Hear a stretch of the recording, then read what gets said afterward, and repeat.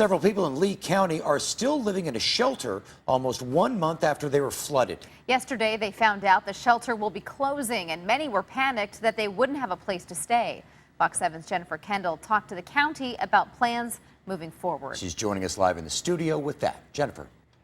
Mike and Rebecca, Lee County Judge Paul Fisher says about 38 people in Giddings were affected by the flood in late May. And because Lee County was not one of the counties included in a federal disaster declaration, they're not eligible for help from FEMA.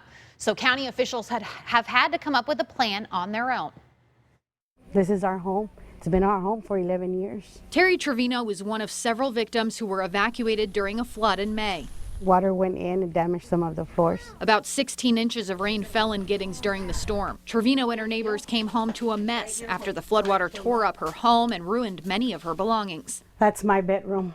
Terry didn't have flood insurance and doesn't have another place she can stay. So she and the 12 children in her family moved into the Emmanuel Lutheran Church, where the Red Cross had set up a shelter.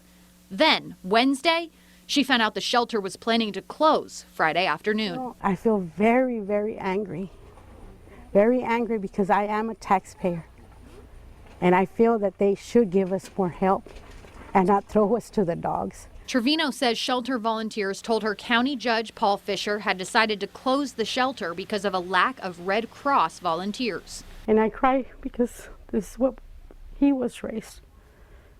And it's hard. It's hard. But I just wish the judge would stop and think for us, instead of just thinking of himself. Judge Fisher says he spent the last 2 days trying to find another solution for the families left homeless by the flood. I will never put a human being out on the street. I will do everything I can to find shelter. Fisher worked with county officials to rent out 6 rooms at the Ramada Inn in Giddings for the next week. I know what it's like to lose a home. My mom and dad's home burned down when I was a sophomore in high school. And it affected me personally to know that you had nothing but the shirt on your back. The judge is also working with Austin Catholic Charity to find homes that can be rented or donated while homeowners are fixing up their destroyed properties.